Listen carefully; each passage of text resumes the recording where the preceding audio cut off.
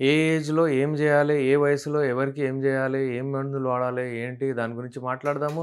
ఎక్కువసేపు చేయాలి, అంగం మంచిగా గట్టిపడాలి, మూడ్ రావాలి అంటే మీకు ఎప్పుడైనా సరే టెంపరరీ మెడిసిన్స్ కొరకు పోవద్దు. ఇంగ్లీష్ మెడిసిన్స్ వాడకూడదు. వాడితే ఉన్నది పోతది. ఈరోజు హీరో రేపు జీరో. ఇలాంటి ఇబ్బందులు చాలా వస్తాయి. 50-60 వాళ్ళకు హార్మోనల్ ఈడీ రావచ్చు. ఎందుకంటే హార్మోన్స్ తగ్గుతాయి. టెస్టోస్టెరాన్ లెవెల్ ఎప్పుడైనా సరే 28 ఇయర్స్‌లో టాప్ పీక్ పైన ఉంటుంది. దాని తర్వాత తగ్గుతాయి. అలాగే వేరే హార్మోన్స్ ఇంబాలెన్స్ అవుతాయి. అందుకనే హార్మోనల్ ఈడీ అయ్యే ఛాన్సెస్ ఉంటాయి వీళ్ళకు. 50 తర్వాత టెస్టోస్టెరాన్ లెవెల్స్ పడిపోతాయి. దాని తర్వాత ఈ ప్రాబ్లమ్ వచ్చే ఛాన్సెస్ ఉంటాయి. అప్పుడు మన యునాని మెడిసిన్స్ ఇస్తాం మనము. ది బెస్ట్ ఉంటాయి యునాని మెడిసిన్స్‌తో. మీ హార్మోన్స్ ఎక్కువగా అవుతాయి. అంగం గట్టిగా పడుతుంది. అది అక్కడే చేంజెస్ ఉంటాయి. అంగం గూడా ష్రింక్ అయిపోతది. అది గూడా లావు అవుతది. ఇవన్నీ వచ్చేస్తాయి. సో, ఇక్కడ ఒకవేళ మనము ఈడీ ప్రాబ్లమ్ జూసాము.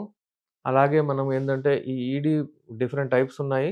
దాన్ని బట్టి ఏజ్‌ని బట్టి గూడా జూసాము. ఇలాంటి వారికి అందరికి మన దగ్గర స్పెషల్ యునాని మెడిసిన్స్ ఉంటాయి. హల్వా రూపంలో, క్యాప్సూల్ రూపంలో, టాబ్లెట్ రూపంలో, ఆయిల్ రూపంలో, తిలా రూపంలో, థైలాల్ రూపంలో ది బెస్ట్ మెడిసిన్స్ ఉంటాయి. Without any single side effect. నేను మీ doctor S. Rehman MD Unani Nampally Hyderabad.